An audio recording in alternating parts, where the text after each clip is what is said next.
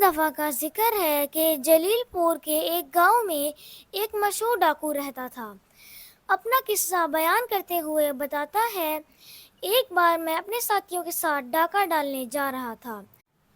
راستے میں ہم ایک جگہ کچھ دیر آرام کرنے بیٹھے تو وہاں ہم نے دیکھا کہ کھجور کے 3 درخت ہیں، جن میں سے 2 پر تو خوب پھل لگے ہیں جبکہ تیسرا بالکل خشک ہے۔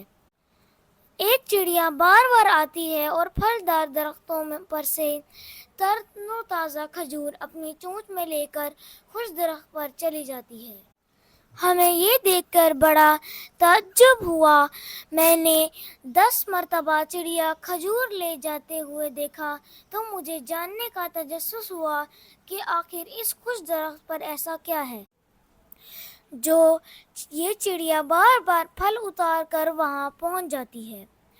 یہی سوچ کر میں نے ارادہ کیا کہ کیوں نہ اس درخت پر چڑھ کر دیکھا جائے کہ وہاں ایسا کیا موجود ہے۔ اس ارادے کے ساتھ میں جو درخت پر چڑھا تو کیا دیکھتا ہوں کہ وہاں ایک اندھا سانپ منہ کھولے پڑا ہے اور یہ چڑیا وہ تر و تازہ کھجور اس کے منہ میں ڈال رہی ہے۔ مجھے یہ دیکھ کر قدر حیرت ہوئی کہ میں بے اختیار رونے لگا۔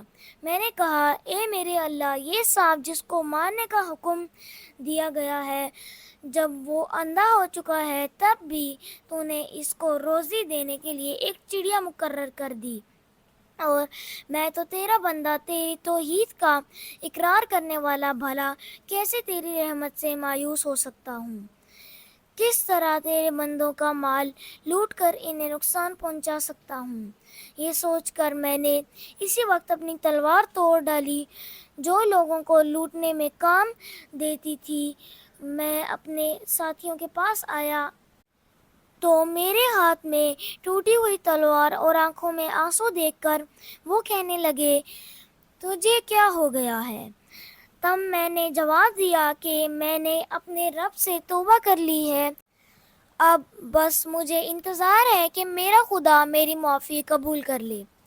یہ کہہ کر میں نے سارا قصہ اپنے ساتھیوں کو سنایا، جس نے میرے ساتھیوں کے دل پر بھی بے ہودہ اثر کیا۔